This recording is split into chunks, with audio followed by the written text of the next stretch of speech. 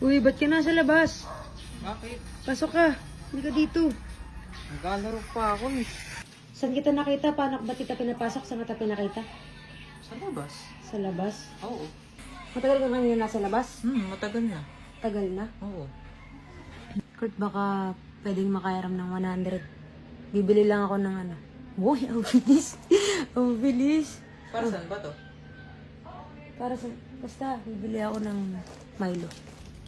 Tissue. Anin ko yan? Ha? Anin ko yan? Hindi yan. Ilagay, may dumi ka dito eh. Oh. Yan. May dumi. Ganto mo. Dumi. May dumi yan eh. Oh. Saka sa kabila. Yan. Love you, eh. Kuya, pa-picture. Bakit? Di ba ikaw yung nag-viral? Saan? Ito, oh. Kaninang umaga may nakita akong lalaking malnourished, mukhang wala pang kain kaya niyaya ko siya sa loob. Naging magaan yung pakiramdam ko sa kanya kaya parang gusto ko siyang tulungan kaya tinanong ko kung taga saan siya kaya ang sagot niya, Sa labas? sa labas. Oo.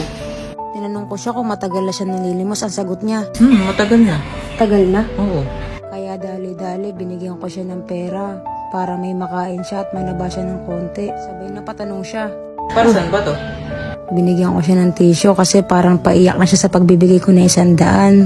At di ko na nga namalayan na naiyak siya. Grabe guys, sobrang sarap talagang tumulong lalo na kapag ganito yung binibigyan. Na-appreciate niya kahit 100 pesos lang. Niyakap ko siya dahil naiiyak siya. Kaya guys, dapat tumulong tayo palagi. Ay, putang inang yan.